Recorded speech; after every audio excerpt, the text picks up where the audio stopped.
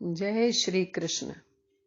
अथ श्री कार्तिक शुक्ल प्रबोधिनी एकादशी कथा। ब्रह्मा जी से नारद जी ने पूछा कि हे पितामह, पापों को दूर करने वाली, पुण्यों को बढ़ाने वाली, बुद्धिमानों को मोक्ष देने वाली प्रबोधिनी एकादशी के विषय में मुझे कुछ बताइए। ब्रह्मा जी बोले कि कार्तिक के शुक्ल पक्ष में प्रबोधिनी नाम की एकादशी होती है,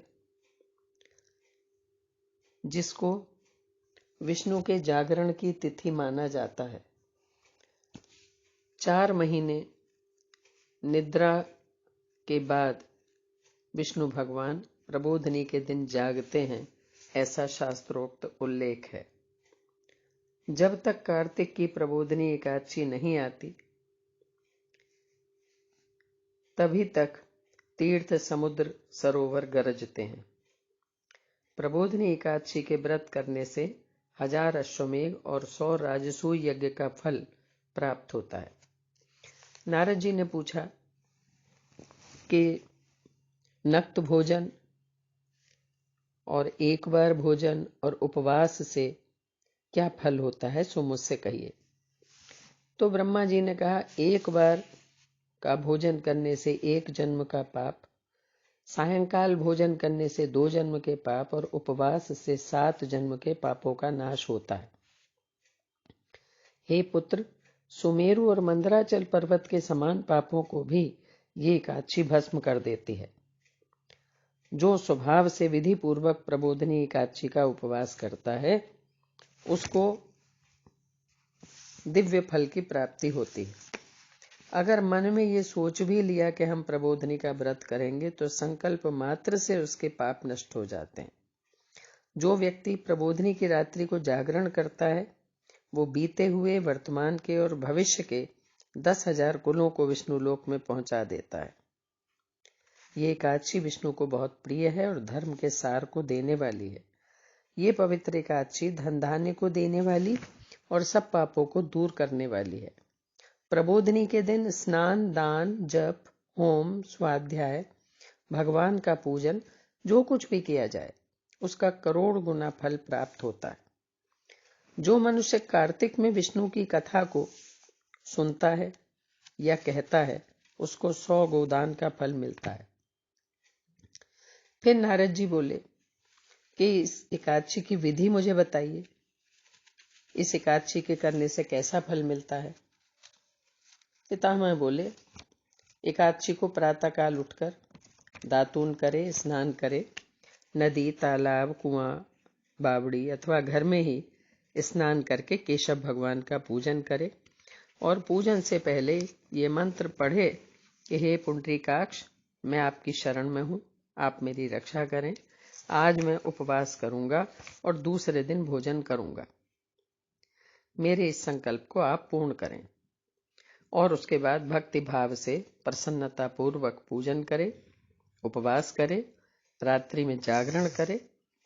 कार्तिक में प्रबोधिनी के दिन बहुत से फूलों से, तुलसी से, बिल्वपत्र से, दूर्वा से पूजा करने से भगवान बहुत प्रसन्न होते हैं।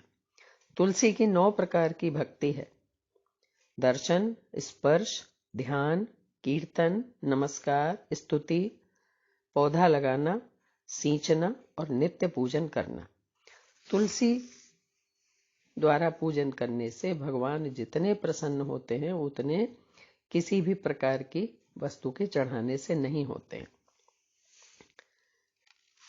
तो इस प्रकार भुक्ति मुक्ति को देने वाले केशव भगवान का रात्रि में पूजन करके प्रातःकाल उठकर नदी के तट पर जाएं और स्नान, जप, नित्य कर्म करके घर जाकर विधि पूर्वक ब्राह्मण को भोजन कराएं, सिर झुकाकर क्षमा याचना करें और दक्षिणा देनी चाहिए।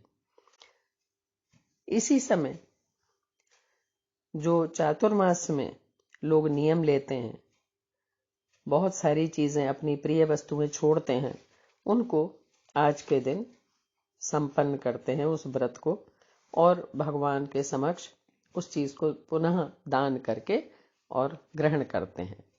जैसे अगर फल छोड़ दिए तो फलों का दान करना चाहिए। तेल छोड़ा है तो घी देना चाहिए, घी छोड़ा हो तो दूध देना चाहिए। अन्न के छोड़ने से चावल दान करना चाहिए। जिन लोगों ने भूमि पर सोने का नियम लिया उसको शैया दान करना चाहिए। और मौन धारण करने वाले को घंटा, तिल और सुवर्ण दान करना चाहिए। और विष्णु के मंदिर में अथवा देव स्थान में जिसने नित्य दीपक जलाया हो उसको नियम की समाप्ति में तांबे या सुवर्ण की बेली में या दीपक में घी भरकर उसमें बत्ती रखकर विष्णु के भक्त ब्राह्मण को देना चाहिए। फिर उसके बाद में अपने आप भोजन करना चाहिए। अगर आपने कोई जप किया है तो माला देनी चाहिए। कोई पाठ किया है तो पुस्तक का दान करना चाहिए। और यदि आप कुछ करने में असमर्थ हैं तो अपनी श्रद्धा के अनुसार जो कर सकते हैं वो करिए। और उसके अलावा अगर कुछ भी नहीं कर सकते हैं तो ब्राह्मण को भोजन कराकर और नमस्कार कर लेना चाहिए। यथाशक्ति जो किया जा सकता है वो कर लेना चाहिए।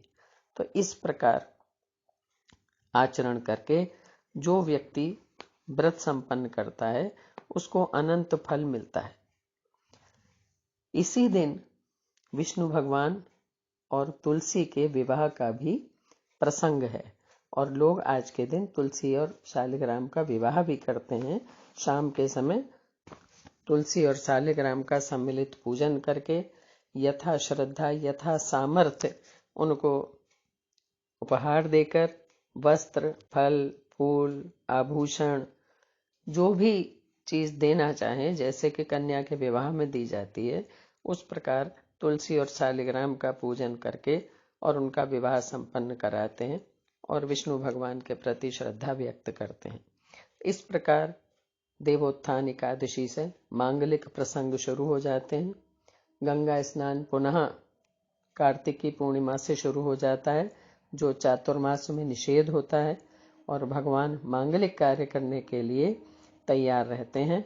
सब भक्तों को नवीन कार्य करने की प्रेरणा मिलती है और भगवान की भक्ति में रत रहने का संकल्प मिलता है। तो इसलिए जो इस एकादशी को पूर्ण श्रद्धा से करता है, भक्ति भाव से करता है, नारायण हमेशा उसके ऊपर प्रसन्न रहते हैं। उसको इस लोक में सुख भोग कर परलोक में सुख प्राप्त होता है। बोलो श्री कृष्ण भगवान की जय।